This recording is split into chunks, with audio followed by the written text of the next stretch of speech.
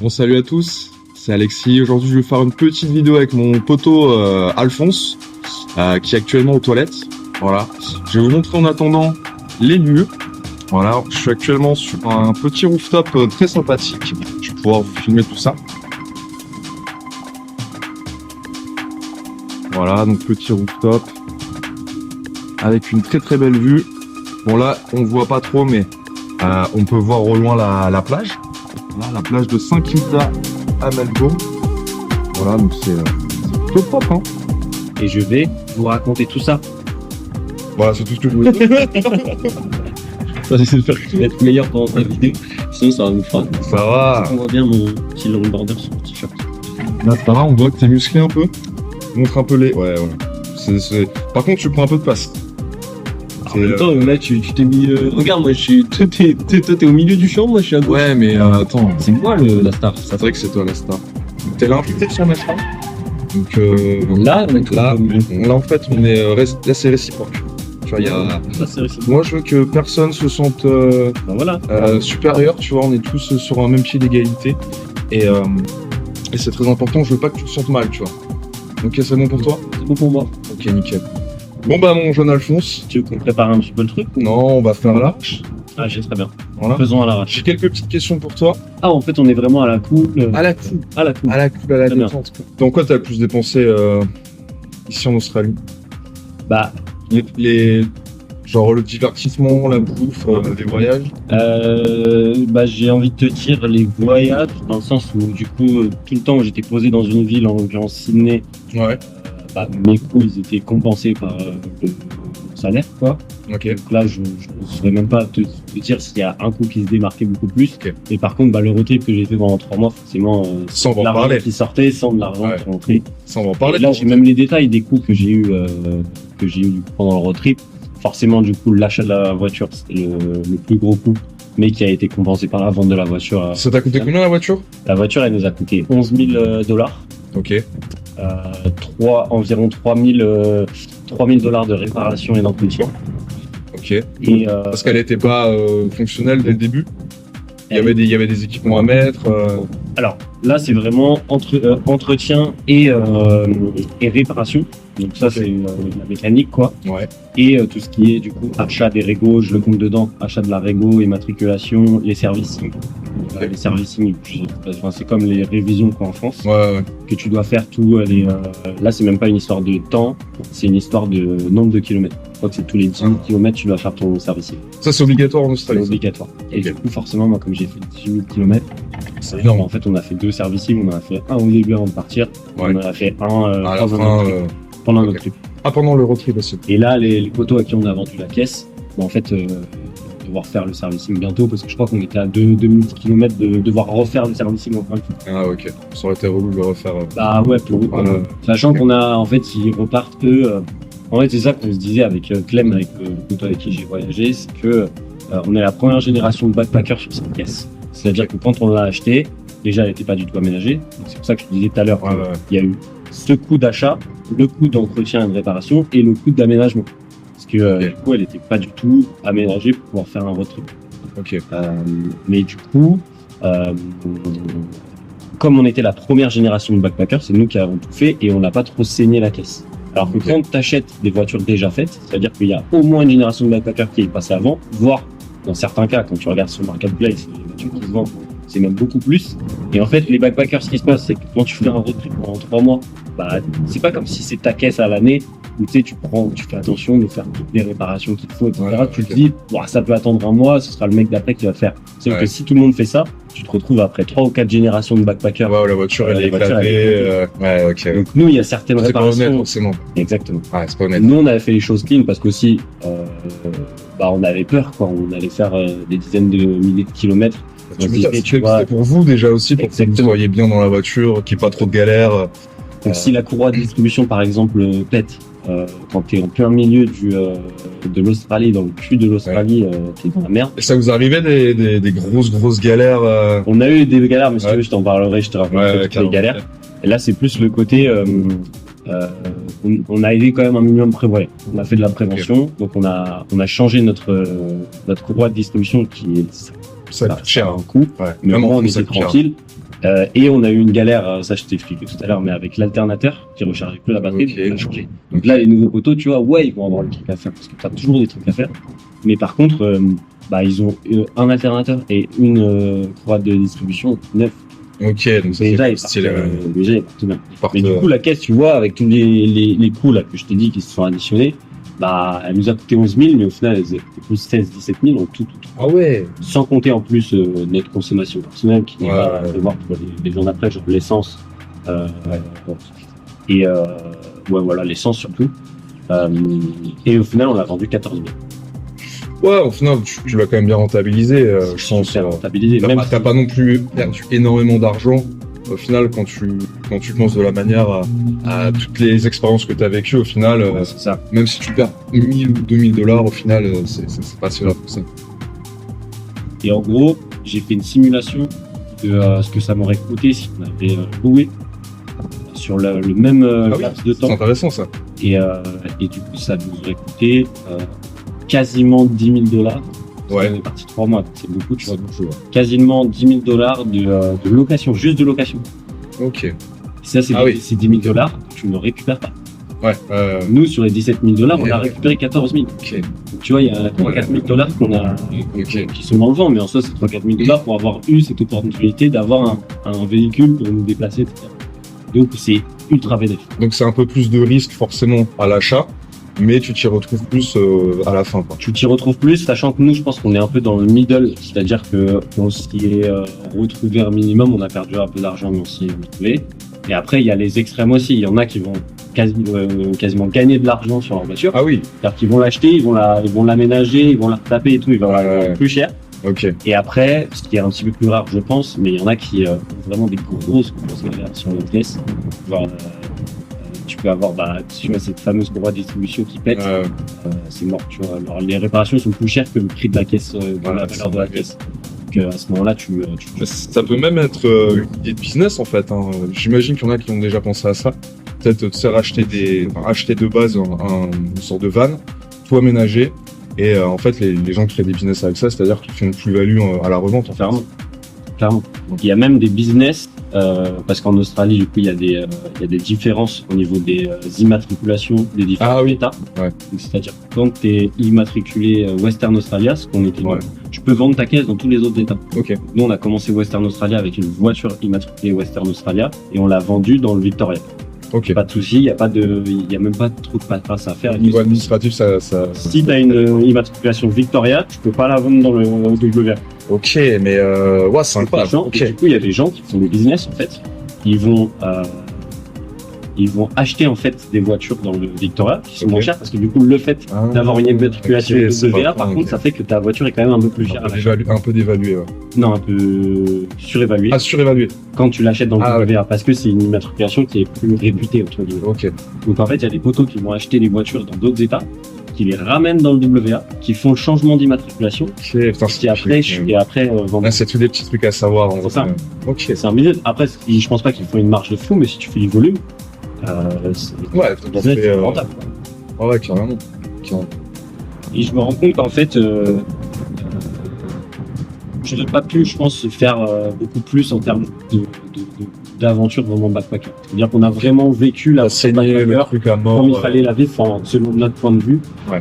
Et du coup, en Ouais, tout parce cas, qu'après, t'as différents types de backpackers. Hein. T'en as qui viennent exclusivement pour juste faire de l'argent. Et t'en as des profils un peu plus comme toi, qui sont un peu plus voyageurs dans l'esprit et qui veulent découvrir, faire des aventures, en fait. exactement. Et du coup, il faut juste partir du principe que ça va être énergivore. Ouais. Et du coup, Ouais. c'est peut-être comme ça qu'il faut que tu planifies. Est-ce que tu pars avant? Est-ce que tu pars après? Ok. Est-ce que tu préfères mettre de l'argent de côté? Ou est-ce que tu veux justement avoir une coupure entre deux périodes de voyage comme moi j'ai fait? Tu vois, Asie, j'étais claqué. Ouais. J'ai pris 6 mois pour travailler, avoir une petite vie routinière. Ouais. Ça m'a aussi redonné une énergie. Gagner de l'argent aussi, quoi. Et Et gagner de tu peux l'argent. te poser aussi. Exactement. Ouais. Pour après, repartir voyager. Ok. Et d'ailleurs, si tu as des conseils à donner à toutes les personnes qui souhaiteraient partir, faire un road trip, je passe déjà l'aspect finance. Ouais. Comment tu gères ça? Si tu as des conseils à donner, des choses comme ça. Déjà, tout dépend de l'envie que tu as sur ton road trip, de la zone. et du timing. Parce que toi, t'es parti où en fait? T'as fait un road trip, mais de toute l'Australie ou t'as fait 3/4 de l'Australie. 3/4 de l'Australie. Ouais, Ok. je suis parti de Perth, qui est dans le sud-ouest, et j'ai atteint Melbourne, là où on est maintenant, par du coup la côte nord. Ok. Donc j'ai vraiment fait. Ça fait combien de kilomètres ça? Si tu regardes porte à porte, ça fait autour de 15 000 km. Putain, ouais, Mais nous, forcément, avec on suivait pas juste la route comme ça, quoi. On a forcément fait des détours à droite à gauche, vraiment on se posait, on faisait des activités, donc ça roulait en plus. Du coup, on a fait à peu près 18 000 km. 18 000 km. Ouais. C'est beau. Hein. En 3 mois, c'est assez.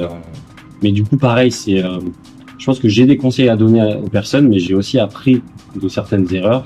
C'est-à-dire que 18 000 km en 3 mois, c'est trop. C'est trop. Ok. C'est trop en termes de. C'est possible en fait, si tu as mis les finances de côté au préalable, en fait c'est possible, nous on l'a fait, on n'a pas dépensé tant d'argent que ça, mais c'est plus au niveau, encore une fois, une histoire d'énergie, une histoire de... Moi je me suis rendu compte que ce soit à la fin de l'Asie ou à la fin de mon road trip en Australie, c'est que j'étais fatigué déjà physiquement, parce que c'est fatigant, mais aussi psychologiquement. Okay. Et le regret que je peux avoir, c'est de se dire, à certains moments, tu es tellement fatigué que tu n'arrives même plus à t'émerveiller devant les choses que tu fais. Okay. En fait, ça devient une routine de voir des paysages de fou, de vivre très intensément les relations humaines avec les personnes que tu peux rencontrer. C'est trop intense en fait, t'arrives pas à le contenir en fait. Exactement. Okay. Et du coup, quand tu n'arrives plus à profiter à 100% de cet aspect-là, je pense que ça veut dire que c'est le moment de faire une pause. Okay. Pour pouvoir repartir par ailleurs. Parce que ça serait dommage en fait d'en arriver à être dégoûté du voyage et d'avoir juste une envie, c'est de retourner en France et de se poser. Le monde est vaste, il y a 10 milliards de trucs à faire. Ouais. Alors si on parle à des personnes qui sont assez ambitieuses sur leur envie de découvrir le monde, etc., je pense qu'il faut se ménager quand même un minimum. Et je pense que se ménager, c'est prévoir prendre des pauses, faire des breaks. Parce que selon toi, c'est pas possible de voyager comme ça pendant un an de manière très intense comme toi tu l'as fait. C'est sûrement possible. Aussi, il y en a d'ailleurs qui le font. Et d'ailleurs, moi je te dis ça, c'est une expérience personnelle. Ouais, bien sûr. Et chaque histoire est différente, chaque personnalité aussi. Donc. Après, je pense que pour la moyenne, je pense que c'est un risque. Tu parlais tout à l'heure des galères. Qu'est-ce que tu as eu comme grosse galère? Donc pendant mon road trip. Ouais, pendant ton road trip de 3 mois, pas forcément un truc d'un an. Donc pendant mon road trip de 3 mois, les grosses galères en vrai, c'est les galères mécaniques. Mécaniques, ouais. Pièces. Okay. Du coup, on est tombé en panne plusieurs fois. Ouais. Alors, on a crevé et on a eu un problème avec l'alternateur. Ok. C'est lié. Ouais. Tu vois, pour t'expliquer, en gros, on a fait dans un premier temps la côte ouest, on est parti de Perth, on a remonté toute la côte ouest. Donc s'il y a des personnes qui commencent à se renseigner sur l'Australie, qui ont cette envie de faire un road trip, parce que l'Australie c'est quand même le pays du road trip, quoi. C'est facile d'acheter une pièce, tout est facile en termes de logement, c'est accessible. Ouais. Les infrastructures de chaque ville d'Australie sont folles. C'est-à-dire que tu vas dans un petit village, dans un état paumé en Australie, tu as toujours une place centrale où tu as des toilettes, des douches, et tout est gratuit et tout est en très bon état et très propre. C'est dingue. Là, tu vois, moi, je me suis douché, du coup, en douche un peu sauvage pendant 3 mois.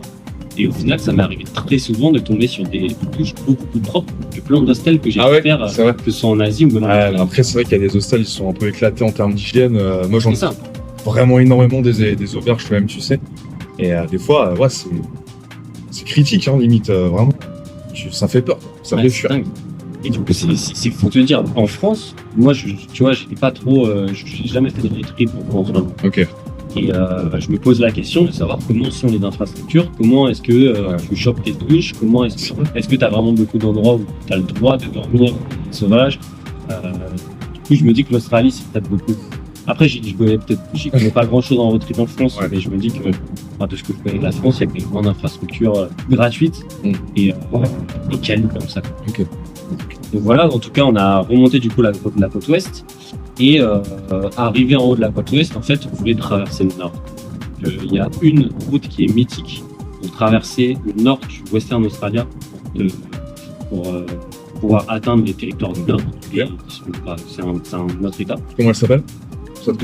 Elle s'appelle la Gibbs River Road. très bel accent, soit dit en Merci passant. beaucoup.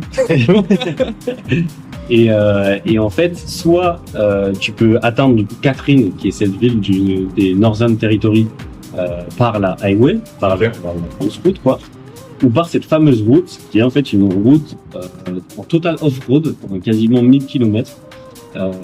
Et donc, c'est l'aventure. C'est l'aventure. Tu connais tes loustiques. Ouais, On forcément. a choisi l'option aventure. Ouais. Ça nous faisait du détour et ça nous faisait prendre plus de temps parce qu'en fait, on était dans une route incroyable où tu t'arrêtes pour voir certains points d'intérêt, tu vois. Et du coup, pendant quasiment 1000 km, t'es sur une gravel road, t'es sur des sand road. Donc pour les non-anglophones, t'es sur, Il doit en avoir beaucoup, hein. Il doit en avoir. t'es sur des routes de gravier, t'es sur des routes en sable. Ouais. C'est pas du tout du goudron, quoi. Ok. Tu traverses aussi des rivières. Ouais, il doit y avoir des. Euh, C'est un mix de plein de paysages différents et Exactement. incroyable. Exactement.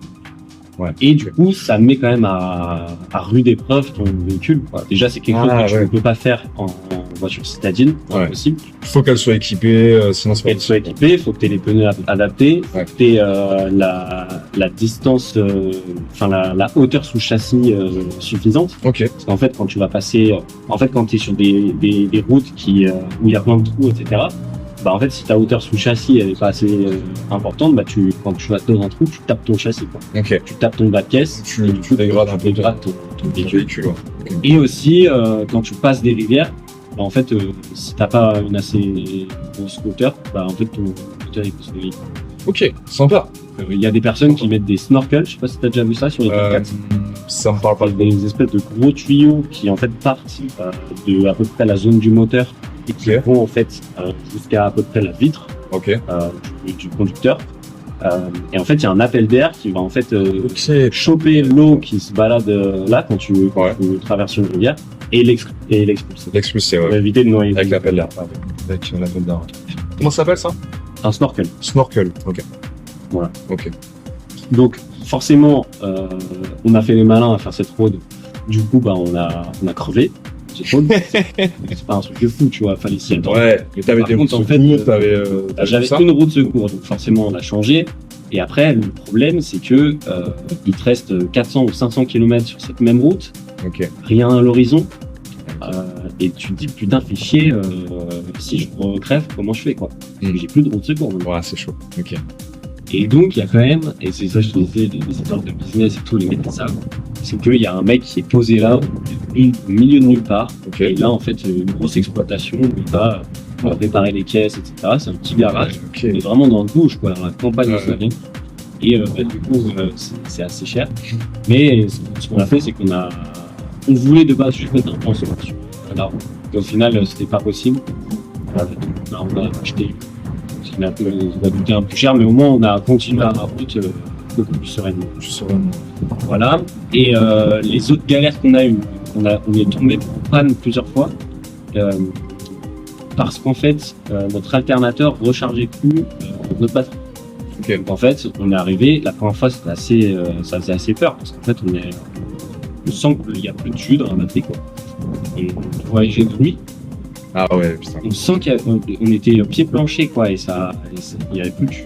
Et au bout d'un moment, la voiture s'arrête. Quand on sent que la voiture va s'arrêter, genre quelques secondes, minutes avant, on arrive à se mettre, on est vraiment là, quand je te dis, c'est Bon milieu de nulle part. Bon milieu de nulle pleine part. nuit. en pleine nuit. Ok. On arrive à se mettre sur un bas-côté pour pouvoir après déplier la tente et dormir. Et on se dit, bah, on gérera ça le lendemain, quoi. Et pour te donner un petit peu un exemple de où est-ce qu'on était vraiment dans le milieu de nulle part, c'est que le lendemain, il fallait trouver un moyen, tu vois, Ouais, forcément. soit se faire remarquer ou soit trouver un poteau qui pourrait nous donner du jus pour partir. On a vraiment marché pendant quasiment 1 heure. T'as 2 voitures qui sont passées, tu vois. Ah ouais, ok. C'est, Ok. tu vois, il y a vraiment C'est personne. compliqué, ouais. C'est Donc, compliqué. on a eu la chance de tomber sur quelqu'un qui avait des pinces coco qui nous a fait redémarrer. Mais du coup, tu sais, quand tu te fais redémarrer, ça te donne juste du jus. Et à partir du moment où tu t'arrêtes, bah, après, tu repars plus. Ok. Donc, en fait, on est tombé en panne comme ça plusieurs fois. Jusqu'à arriver à Cairns, où là, on a fait changer notre Il y a alternateur. un peu plus de civilisation et là tu peux. Ok. Ok. Mais mis à part les galères, finalement, ce qui ressort plus de ton road trip, c'est quand même un aspect beaucoup plus positif, quoi. Bien sûr. Bien sûr. J'ai même envie de te dire que les galères, on les a accueillies. Et Ça fait partie du voyage. ça fait partie du voyage. J'ai envie de te dire, je pense qu'on les voulait. Ok. C'est assez Ah, drôle, tu ok. vois. Mais on Ok. se- Pour enfin, vous challenger ou pour mais parce que ça fait partie de l'aventure. c'est partie de l'aventure. T'es obligé d'accueillir en fait tout Exactement. ce que la vie te donne en fait, quoi, finalement. Qu'est-ce que ça a appris sur toi-même, le fait de voyager comme tu l'as fait pendant un an? Est-ce que tu vois qu'il y a une sorte de différence entre le Alphonse d'avant et le Alphonse de maintenant?